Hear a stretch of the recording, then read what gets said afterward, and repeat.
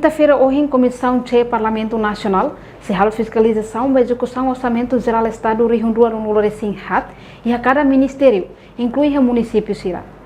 Antes e a quarta-feira no Resinhat Comissão C halo na apreciação do calendário fiscalização busi comissão especializada batinang idaniang presidente Comissão C nebe trata assunto finanças pública Sedelizia Faria dos Santos Hateteng atividade fiscalização seyahu uluk ia Porto Tibar tamba informação katak tasa ia Porto Tibar hahu sae no latuir ona lei nebe Parlamento Nacional aprova konaba hatun tasa.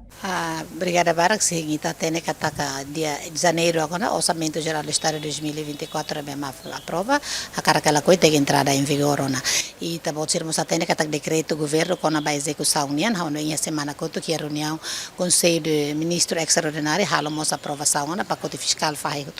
agora Comissão C, a minha plano ba tinang ainda ne toma com a minha orçamento Comissão C, com o total 74.320, ne bem aprova hoje 2024. A mim mostra aprova na minha calendário da fiscalização, né? A mim se começa o lucro se município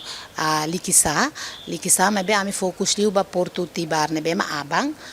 quinta-feira a mim se halo fiscalização bem na bata, a minha catorre também o Orçamento Geral do Estado está aprova com o hatun taxa o 5% ba 2,5 mebe amirona he notícia bema fosai katak ia Porto na bamos hasa fila fale taxa ia parte balo também ma papel fisa ami começa ulu que na ba ami cara katene katak buat na bema aprova na lei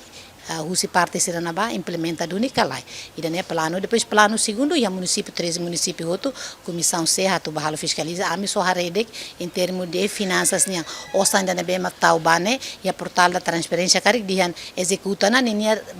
be físico né executa do nikalai ita re sistema executa ita tem cross check ata sini dihan ni halo na exemplo de ni halo na construção rumah ou ni halo na programa rumah mebe orçamento ni ta re sistema nessa né realidade e terreno ni halo duni kala também a minha prova na minha calendário batina nida o osang bem mau inhawa tete na total 74.320 né lá inclui viagem estrangeiro viagem local o panorama orçamental de Comissão SEMOS ia ona plano se halo fiscalização da execução orçamento e cada ministério no município Sirahoto. Reportagem Melda Fátima, Televisão Timor Post.